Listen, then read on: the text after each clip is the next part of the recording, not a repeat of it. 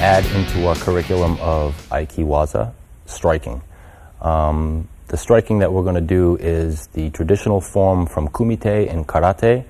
It's an essential form to know in order to be able to do your Aiki competitively and also in the street. The founder of Aikido was quoted as saying that striking is 99% of the Aikido technique. With this in mind, please study the striking diligently. It's the defining moment in your Aikido. Okay, first we're going to discuss triangulation. Triangular entry is the ability to strike a point on your opponent without being hit. So we're going to discuss two types of triangulation, front version and rear version. First, I'd like to discuss for a second what I call baseline theory. In Japanese, they use different things to describe this, but basically, if you imagine your opponent is on a baseball field, he is on the pitcher's mound, and at all times, you're either entering up the first baseline or down the third baseline from the home plate, more or less. So in an open stance, my feet are apart, or in a T stance, or hanmi. In this position, I'm going to enter up to the first base, and before my foot lands to the ground, I'm going to land my strike. I can land my strike with my lead hand. I can land my strike with my rear hand. The neutralizations have to be attached to the strikes with no lag in time. So, for example, if I triangulate rear hand punch and then I want to go into wakigatami or twisting arm pin, from the point of punch contact to the point of pin should be like this.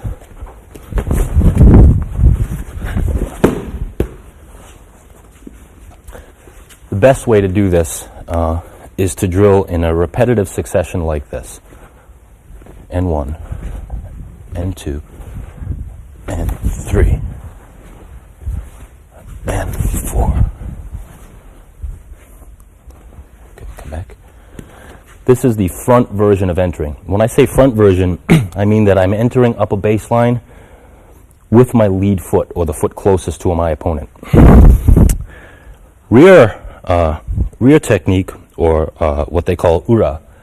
In Aikido, you have omote, which is the most basic version, and you have the ura, which is the turning or hidden version. In this case, rather than standing squarely to my opponent, if I choose to enter up the first base line in this position, when I'm entering, I'm open. So what I'm going to do is cross my stance. My feet now are square. I'm going to step across myself so that my opponent is lined up between two lines. So if I draw two parallel lines to my opponent, and rather than having my feet like this, where my stance is open, I'm now cross-legged facing him.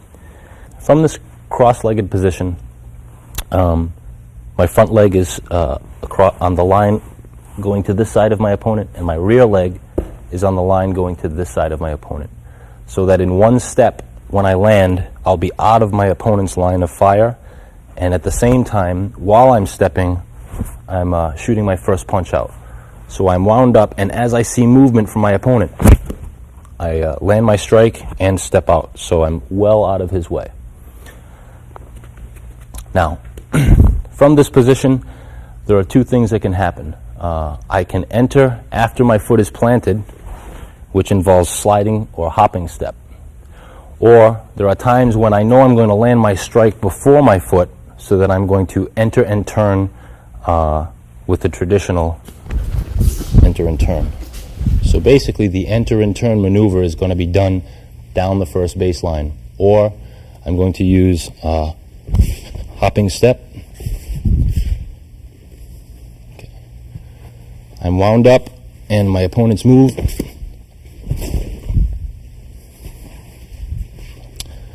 I'm wound up and my opponent moves.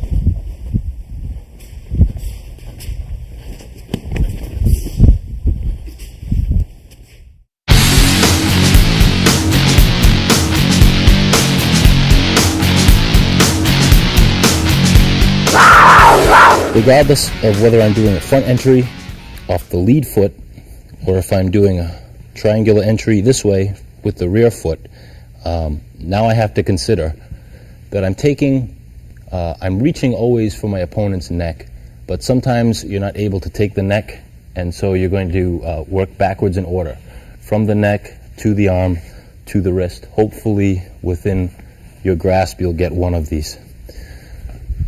In wind up and a strike, to take the wrist.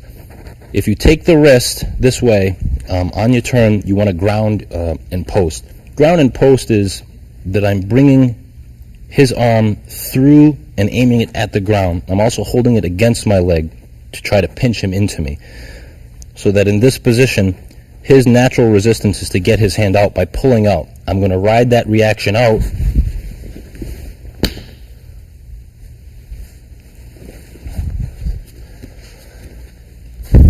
Entering throw can be looked at as the same thing. You're applying the same technique, but you're doing it to his neck, so that I'm taking his head in this way. I'm still forcing it into the ground between my legs. His intention is to stand up and get out of this. When he does, I'm going to lead him with this hand back down to the mat, and I'm going to guide with this hand around.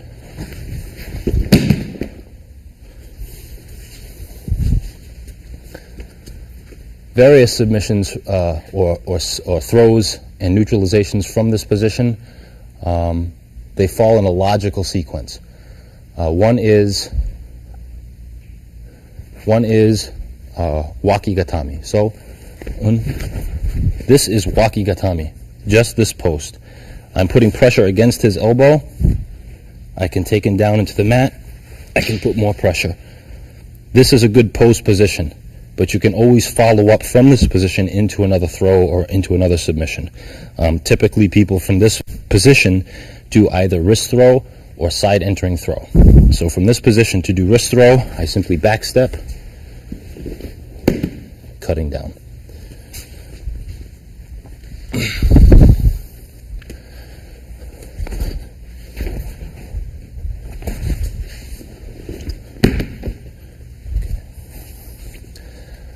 Side entering throw is going to be done by use of the wakigatami post and his resistance to it. So then, in this position, instead of taking this for the throw, I'm going to keep this with this hand, and I'm going to cut into his neck with this part.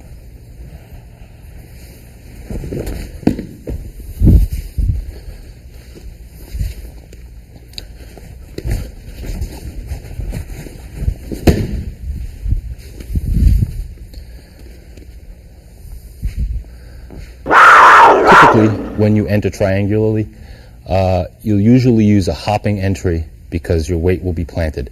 There are times, however, from a distance, I may walk up, and in every step of my walk, I'm winding up triangularly, so that as I step onto my right foot, onto my left foot, I'm winding up. So to my right foot, I'm wound up, ready to throw a right punch. As soon as I take my next step, I'm winding up, and I'm ready to throw my left punch, all the way up until I reach my opponent.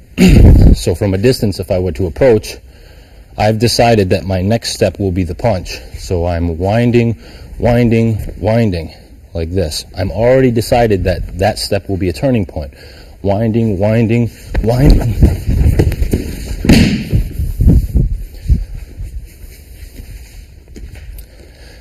In the beginning, when you learn the principle of triangular entry, you're doing it just with one step. But in combat, when you're making combat, you can't even start this close, because by the time you're this close, you've been hit. So what you need to do is remember that you're always using traditional sabaki to keep distance, so that when your opponent is addressing you, he's never catching you in one place, flaccid. So I'm moving around. Now I've made space. This is sufficient. As soon as I see him encroach on my situation, I'm winding up.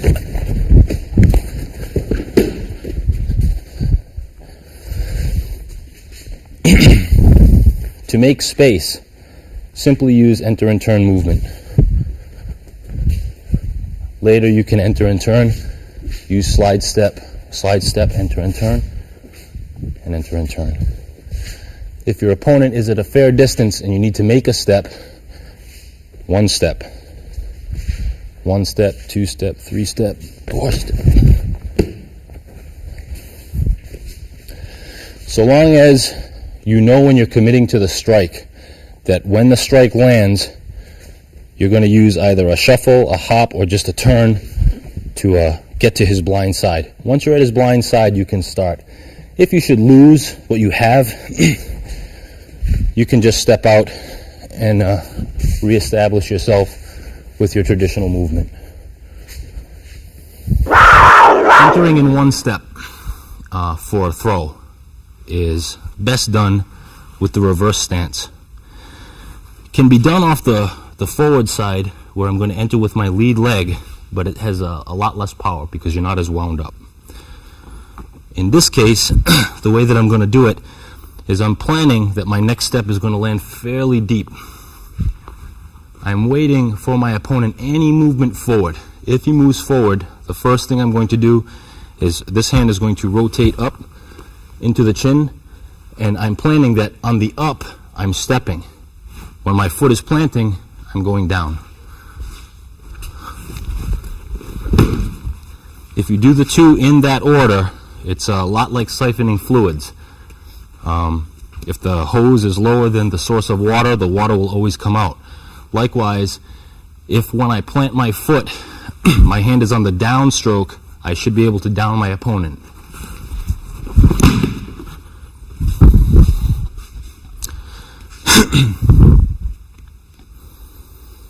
When you do your Ikkyo, in the beginning we discussed what is Ikkyo training, but when you do your Ikkyo, you want to start from this triangular entry stance, and you want to aim so that by the time you've contacted your opponent with your Ikkyo, whether you take Ikkyo or not, you're going to land up on first base and with a turn.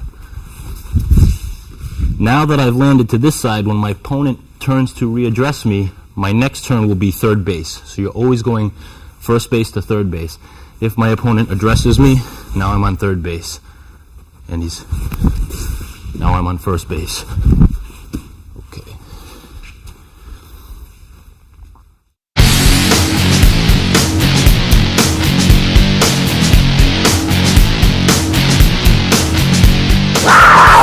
Striking is not limited to the fist.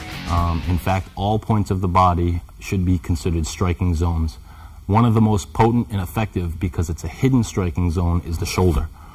That you time your steps to your hands and your movements have to be working completely in sync is what gives the strikes power. So they may look like there's not much power in it, but if you're timed in your movement, your body will be at its most powerful, so that even a subtle movement will have a great deal of force. Combined with that combination in striking. So right now we're going to deal with shoulder striking. We're going to use side entering throw and discuss the timing. The timing is very important. In fact, it's the most important aspect in order that this trick comes off correctly. As a general rule, we learn this throw with a two-handed grasp. We learn it like this in a very slow static form. We turn and step and take down. This strengthens your kime and your body's balance and energy status. But in combat, no one's ever grabbing you like this to do this throw. In combat, this is a striking throw. We're going to use a cross-legged stepping method. We're going to time our hands to our feet with our shoulder. By the time we meet him, we should be wound up, and so that the next step after touching our opponent is one cut and down. So first, we're going to show how we wind our steps up and time them. I'm going to take one step in, just off the front foot. When I take that step, I'm going to aim my lead hand at my opponent, all in one move. The best way to learn these katas is like pantomime. You should do in sets of 5 repetitions of the first part, 5 repetitions with the first plus the second part, then add on, then add on. So I'll do it very slowly.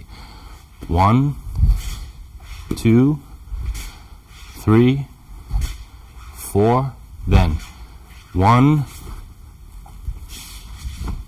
2, 3.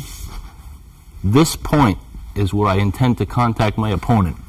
You may not always make the contact, or you may contact just his hand, but I'm always aiming it into his body. I may not get it because of his ability to step away because he senses what's going on, or his ability to step in and jam, or use his hand to stop it, but I don't care. As soon as I know that the potential of contact has been made, I'll make the second part of the throw. 1, 2, now the throw. 1, contact, this foot to the first baseline, and cut. Very important that this hand cut the head, this hand into the body or into the body.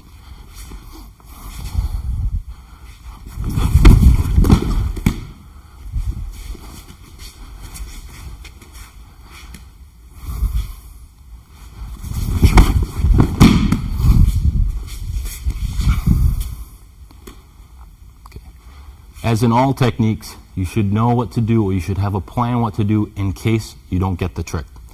In this case, usually what would happen to make this technique not happen is your opponent simply withdraws too fast. So as soon as my opponent sees at that point he's moved too far away. The best thing to add onto this technique in case of this is a simple enter and turn. So this maneuver, enter and turn, will come on in adjunct in case I miss. So here he's standing still, he's not moving. 1, 2, cut. Now he's moving away as he sees me come, so I'm going to finish the technique with an enter and turn to regain my own center. So 1, 2, enter and turn. Now I've protected myself from his counter, and I've put myself up the third baseline. I'm out of range of counter just for the moment, and I can restart, enter the first base, enter to the second, or re-enter for a side entering throw.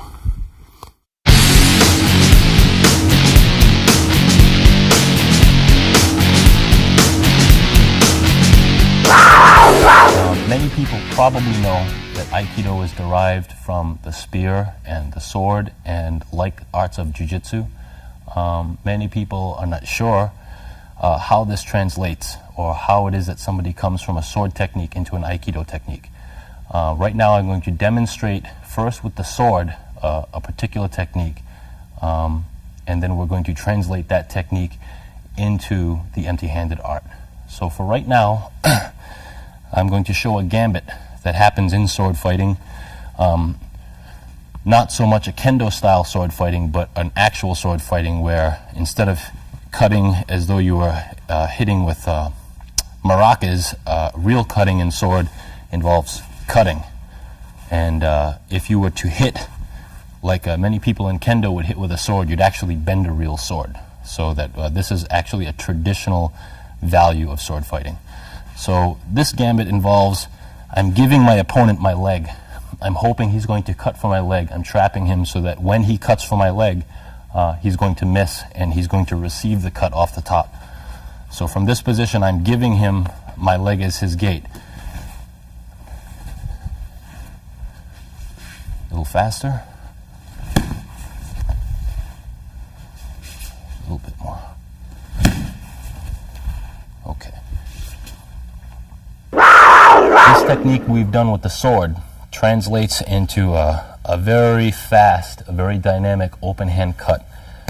The principle involves a little bit kazushi and just inside sword hand.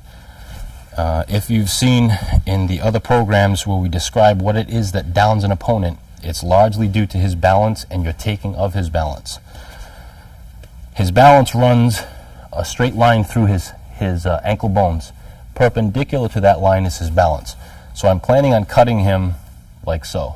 If I cut him this way, he'll have the ability to catch himself, or this way. This way is his weak point. Next is you gain an advantage in your opponent's balance by setting him. Usually you set your opponent with a strike or a touch with a little bit of power into it. By that I mean Right now I'm touching him and I'm leaning him this way. In order to gain himself, he has to go that way to save himself. At the time when he resists in and goes that way, I lead him that way and cut him that way, puts him down. The static form is in place. So if we imagine ourselves as a runner and we are outstretched, when you walk right foot, left hand, left foot, right hand. So we're going to imagine that we're outstretched very far as a runner. I'm twisted very far. I'm reaching out as far as I can. Also, I'm twisting my tendons so that I'm as wound up as I can be. Now, this would be tantamount to the same thing we did with the sword, which is I gave him my leg. He went to cut my leg, I withdrew my leg, and then I cut him in the head. In this case, I'm outstretched. What I'm going to do is withdraw this hand and give him force this way, which is going to cause his equilibrium to resist that way. At the same time, I'm going to withdraw this leg. It has to be very mechanical in a sense, but it will be very quick, so that on the first beat, I will withdraw the leg and apply kazushi. On the second beat, I'll be stepping behind and cutting down. So in this position, when it's time to go, this foot will withdraw as though I was giving him the sword cut to the leg. My hands will switch place as though I'm running in place, and I will apply kazushi and cut. But the beat is very, very specific. Each knee, 1, 2, very quick. Okay.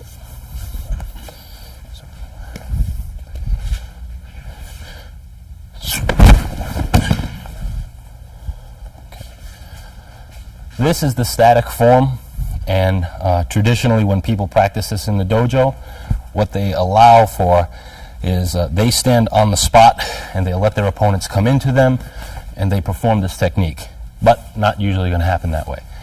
In this case, we have to initiate, and the best way to do that is with sliding step. So now, much like judo uchikomi, or judo form of throwing, or shoulder throw that we did earlier, we're going to put them together very methodically. So I'm going to practice going in one, then out one, then in one, then out one, then in one, then out one, then in one, switch step and cut. Again, in one, switch step and cut. Later, your sliding step should have a certain airborne quality to it, so that rather than just dragging across the mat, you can derive a bit of, so that your body, instead of just traversing with leg power, using a bit of gravity. Gravity will always give your technique more force. Sliding in involves the slide step plus the outstretched arm, so that when I slide in, I'm already wound up. Whereas in the beginning we said I'm just going to pretend like I'm in a runner's stance. From this position, I'm sliding in, wound up. Sliding in, wound up. Sliding in, wound up. Switch and cut. In a fast motion,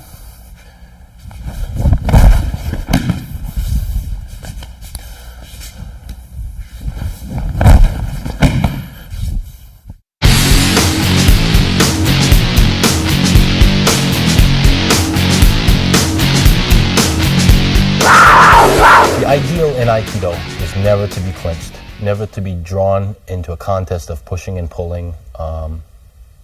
We're relying on a very aesthetic form, and it's true that the more you concentrate on that aesthetic form, the better your technique will be.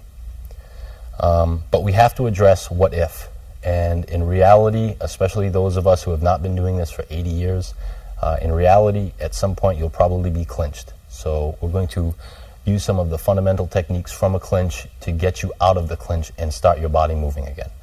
So basically, we want, in our Aikido practice, we're either throwing, submitting, neutralizing, or moving. Worst case scenario is we've been grabbed, and this is what we don't want to have to deal with, but we're going to have to deal with it. So, very common grab for wrestlers, if they're not going for a double leg takedown, that kind of thing, is they're going for gut wrench or head and arm control like this. And this is the best one for us to start from, because from most clinch positions, you can work your way up. If my opponent is working gut wrench and I'm able to put my weight out and work my hands in, I can reestablish a favorable position, which is head and arm. From head and arm, we can go back to the fundamental techniques. So from here, we're just going to demonstrate what is Ikkyo. We learn Ikkyo as from a traditional situation, we're doing it like this, but we can apply Ikkyo like this. I'm going to, again, guide his elbow into his head. That's how I'm taking his balance. If I try to push it across his body, he can power out. But his equilibrium is in his ears, so that when I push like this, now I've got his balance, I've got his attention. I don't necessarily need this hand, although this definitely accomplishes the task. To come out of this position in fighting, just like this should be qualified as an Ikkyo. Even though it doesn't look like the traditional Ikkyo, this is sufficient. From this position, if I Ikkyo out like this, I can cut right back in and make entering throw. So now, instead of thinking that I'm in a clinch, what do? My Aiki is not in its traditional form. This is still fine. Ikkyo out, entering throw. Other techniques we've been doing also apply in this position. We haven't gone over the control techniques of Aikido because that's a lot more involved and probably entails a volume of its own. But we can use the ones that we've already taught, one of which is elbow throw. If you remember, elbow throw involves this shape of the arm. This shape of the arm and the point that it contacts and rotating over. Traditionally, first way that we learn it is going this way. But it's also the same maneuver that we do to the head for entering throw. Same shape, same rotation over. Can also be done going out the back of the opponent and leading him to the ground. Remember that when you rotate the arm over, to bring it as close to the ground as possible. Indeed, if you absolutely had to, you could go and take a forward roll to bring yourself close enough to the ground to take his balance. From this position, like this is the shape of the arm. Try to make it happen in a rhythm of 1-2. 1, 2.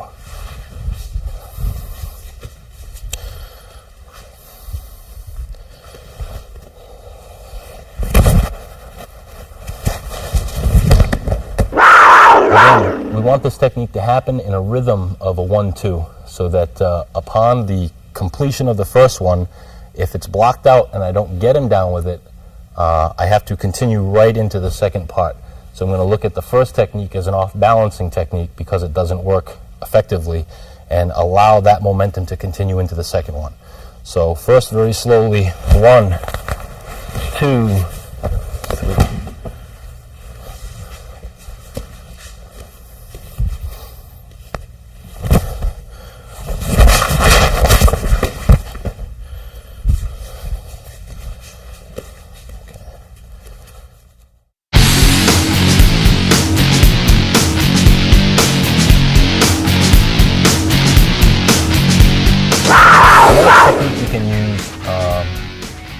First is relying on the basic sabaki or foot movement. If you remember from another time, we use this basic maneuver just as a method of moving around the ring. If we run part of this maneuver into our opponent, logically we'll be able to sweep his legs. So in this position, if by turning my next step should sweep into his leg, that could be sufficient to make a throw. Now, we want to generally resort to our hands for techniques. We want our hands to do most of the work. That's the sign of the superior martial artist. It's a lot less work involved. The more body power you have to use to do something, the more tired and less superior the technique will be. From a clinch, in this position, I'm going to step in as though I'm going to do an inner thigh throw, which inner thigh throw is simply to do this, sweep and take down. But, as in all techniques, we're planning that it doesn't go right. We're planning the counter to be more powerful. So that in this situation, I'm going to enter in to do inner thigh throw. My opponent is stepping around. Upon his stepping around, I'm going to reverse wakigatame. Once we attain a familiar position, all of the techniques that we've done in the past again fall into this category, so that you may be learning from a new standard, from a clinch, from the outside, from a strike, but eventually you'll wind up in a position that you've formerly been in. Once you're in that position, every technique that you've done from that position still applies. So from the wakigatame position, I'm starting off with an inner thigh throw, and my opponent will counter to get out. He will simply jump out of the throw. In this position, I'm taking wakigatame. From this position, I can submit my opponent to the ground. I can reverse into wrist throw.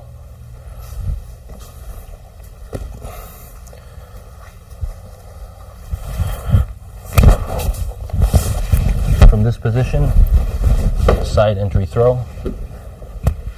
I'm just going to show the variations once you're in the wakigatame, the variation throws that we can do.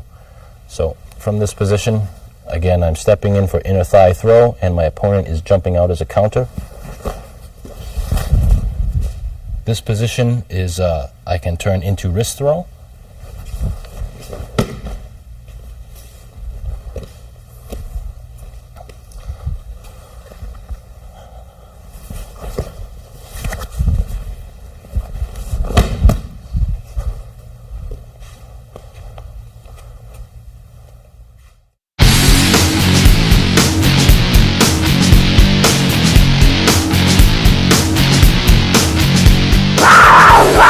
To address the use of the gi for some of these standing techniques. Like the clinch, we don't want to depend on the clinch, but in reality you may get there. And with the gi, it's very effective.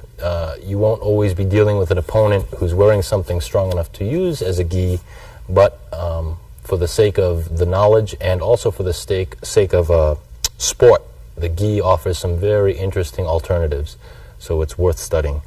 The first one we're going to do is Yama Arashi, is a very famous judo throw, Mountain Storm, and we're just going to utilize the gi for the grip more than the ability of the throw.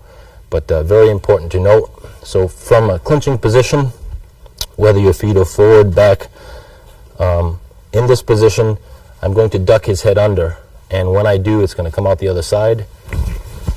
Right now, I have a Yama Arashi grip. So from this position, to simply turn my opponent to the ground often is effective, because I'm going to use my arm as a fulcrum. Very effective.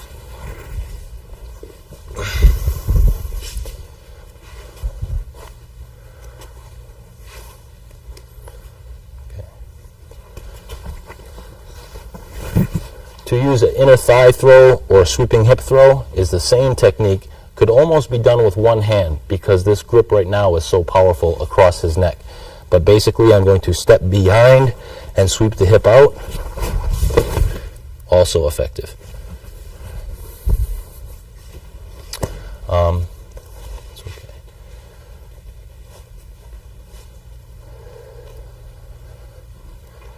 If in actual standing randori or competition, the goal is submission, you can also simply put your opponent out from this position. So to duck his head under, I have the first half of the grip that I need. I can put him out very quickly, and no need to throw, no need to pin. Once again, from this position, duck his head under, taking the grip inside. Okay. To apply the choke, you should realize the mechanics of what is a good choke, and mostly it's with the wrist. You're using your wrist like this to cut into the sides and into the neck. In this case, my hand on this side will be cutting in this way. I'm using the gi as a handle, and I'm using this bone to cut across the arteries in the neck. This hand is pulling in the gi as like piano wire, just to shore up this hole to make it very small. If you're doing both at the same time, the choke should be on very quickly and he should be out very quickly. Some people like to grip very high, but I find that your hand now inhibits your ability to choke compared to the effectiveness of more gi across the throat. So I'm pulling this way. With this hand, I'm curling in and pulling, sometimes a little bit like fishing. And this hand is the wrist bone going into the neck, all in one move. Okay.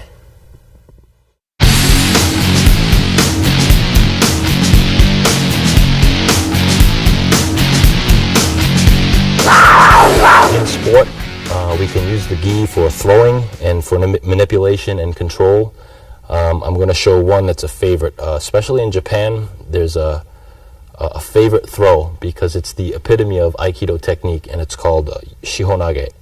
Shihonage is a throw that can be done on both hands or one hand, but the idea of the principle of the throw is to spin your opponent on his center. So we're going to, again, use the sweeping thigh throw or hip throw to set our opponent up and then turn him. So from whatever position you might be in, here I've grabbed the sleeve. I can just grab. You don't even have to have a specific hold. As soon as I get any grip, as long as I'm relatively close to the edges of the sleeve, I enter and turn. I bring him around, and then in one move and in two moves. Okay.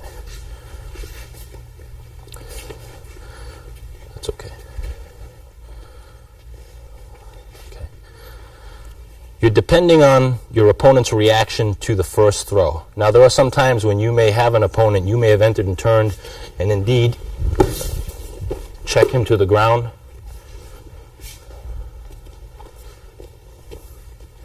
But more often than not, your opponent's ability to sprawl out the technique and regain his balance. So then, from this position, I'm going to simply pivot on one leg and change. From this position is very strong. To bring him down, I need only sink. Very good.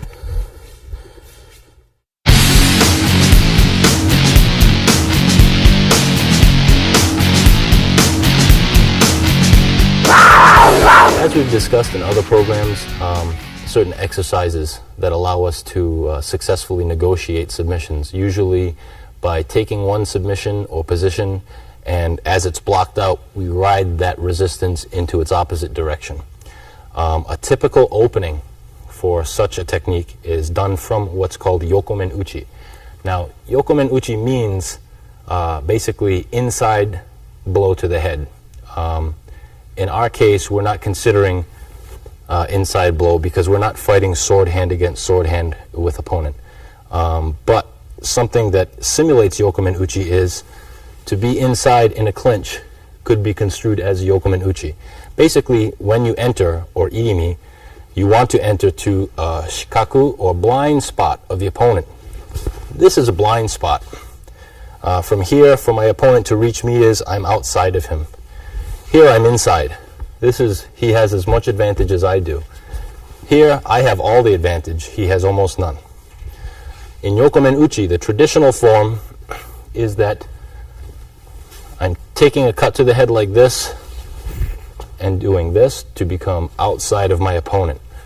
To do this in a little bit more realistic form, especially for people who haven't been doing it for that long, in a clinch situation, just to re-wrap your hands and obtain this position. From this position, you can achieve shihonage,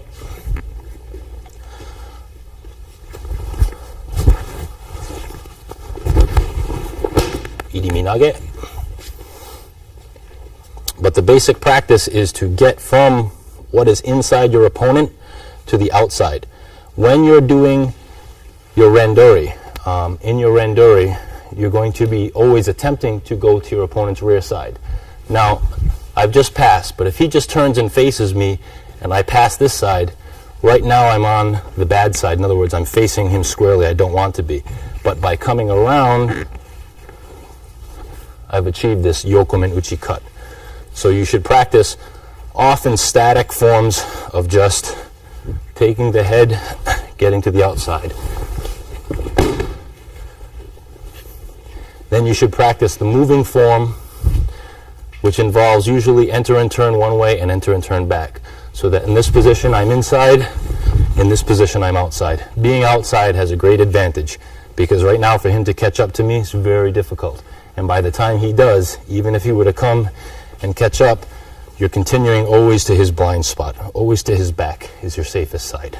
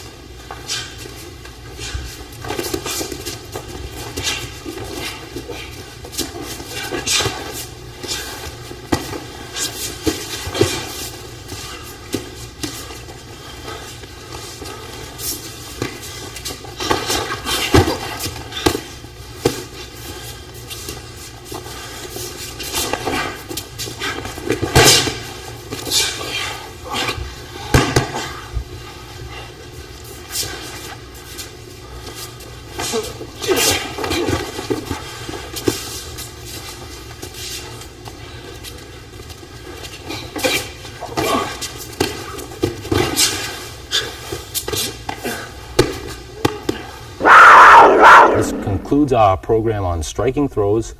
I hope you enjoy what you've seen.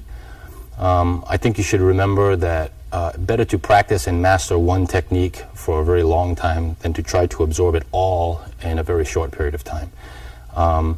With the amount of technique in this volume, it would be maybe a year or two before you could say that you sufficiently mastered it all, but if you work hard, I think it's very possible.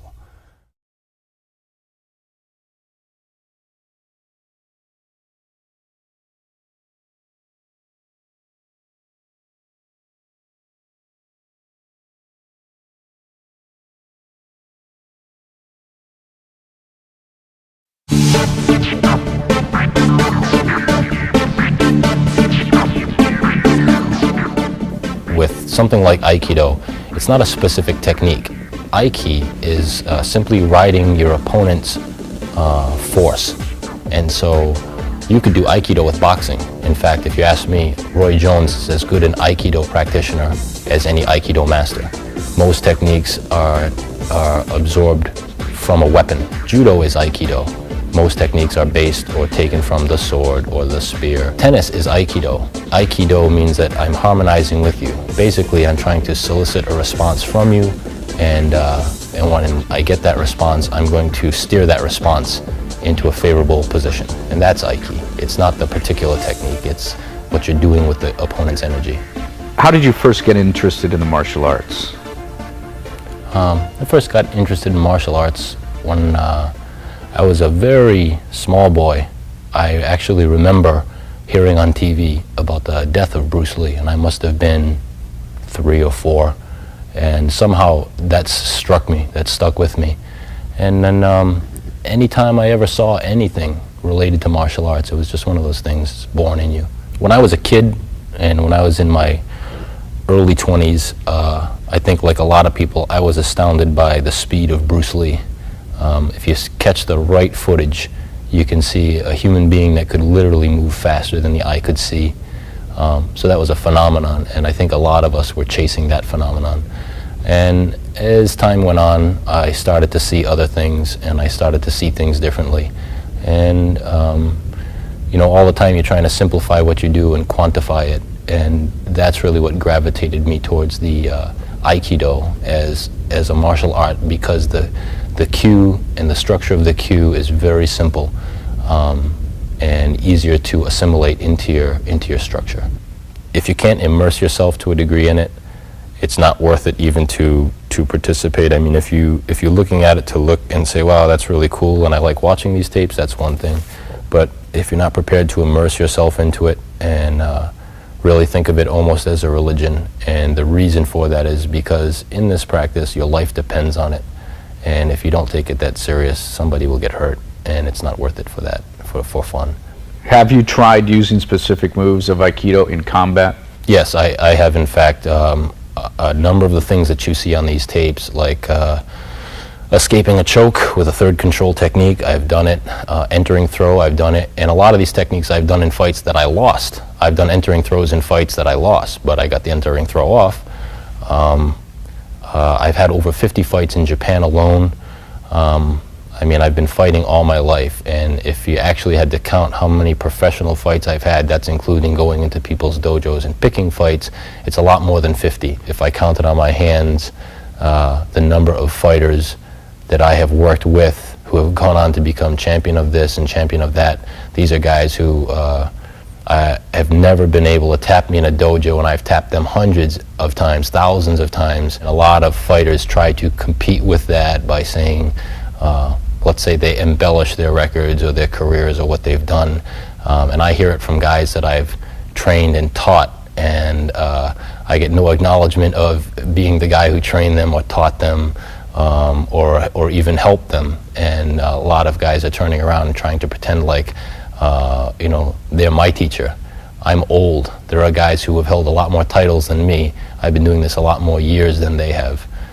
So what I say with a great deal of experience. I was actually the first ultimate fighter to ever fight Royce Gracie, because I fought him in his dojo before the UFC ever existed. I'd been in Los Angeles for a while, and I needed money, and I had just heard about them.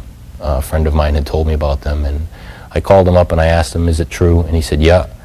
And a story I like to tell is aside from the fact that none of us in professional fighting would have jobs if it wasn't for Royce Gracie, but I called him up and I bet. He said, you can bet if you want. And so I said, I'll bet. I said, I bet you $600. And he said, okay. And it was slated to be about 2 weeks later. And then about the day before the fight, he called me up and he said, let's forget the bet. So in my head, I'm thinking, oh, the guy must be afraid. But I get to the fight and we fight in the dojo and I lose. And then after the fight, he said, well, look at it this way. He says, you won $600. And I asked him, I said, how come you canceled that bet? And he said, $500 is a bet. He said, $1,000 is a bet, but $600 is rent. And so I could kind of tell he'd been there at some point. He'd been out on his luck, and I appreciated that. And not to mention, I appreciated the fact that we all had good jobs for a long time because of UFC and everything he did. Originally, before I fought Royce Gracie in his dojo, I moved to Los Angeles to answer a challenge that Steven Seagal made in Black Belt magazine. He said that anybody who wanted to fight him could go to his dojo and challenge him and be prepared to fight to the death. So I went with a written challenge, and I went every day, morning and night, even through the Los Angeles riots, and I waited, and he never came. But, you know, that's the kind of crazy things you do when you're a kid. In my view, all styles amount to the same thing. I think all styles, if you go to Southeast Asia, to Burma, you go to Thailand, all the old masters are practicing some soft form, usually a two-sword form or a spear form. Looks very much like Tai Chi. Tai Chi is the Chinese version of Aikido, and they all have the same ending form. Varies, but it's basically the same in the end. Aikido in any sport is based on your mastery of it, and that's all it is.